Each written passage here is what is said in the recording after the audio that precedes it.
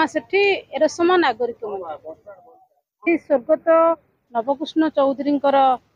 जन्म जयंती उपलक्षे जो उद्देश्य लक्ष्य थिला ओडिशा को निशामुक्त ओडिशा करिवार जो स्वप्न देखिथिले से स्वप्न को साकार करिया पई जगतसिंहपुर जिल्लार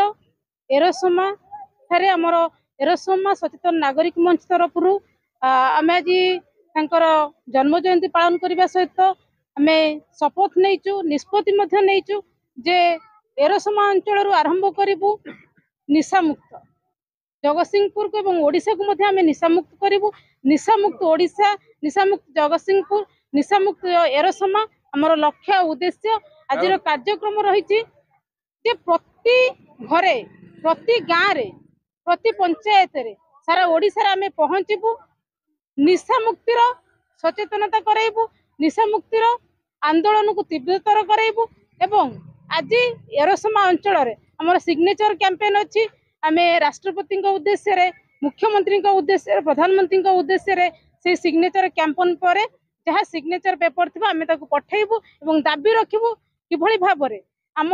ओडिशा को आम जगतसिंहपुर को निशा मुक्त करा जिते सरकार आसवा पूर्व इलेक्शन पूर्व से माने कहिथिले आमे आसिले आमे मदर विरोध करिवु निशा मुक्त ओडिशा गठन करिवु किंतु थियोरिकली जहाँ कहगला प्रैक्टिकली से हेलानी लोकों सहित धोखा हेइची ओडिशा जनसाधारण सहित धोखा हेइची सेमानकर स्वप्न थिला साधारण माँ भौणी मानकर स्वप्न थिला जे सरकार बदलला परे जो नुआ सरकार आसीबे निश्चित भाव में आमे निशा मुक्त ओडिशा पाइबु आम मान सहित जो गण बलात्कार होउची जो आमर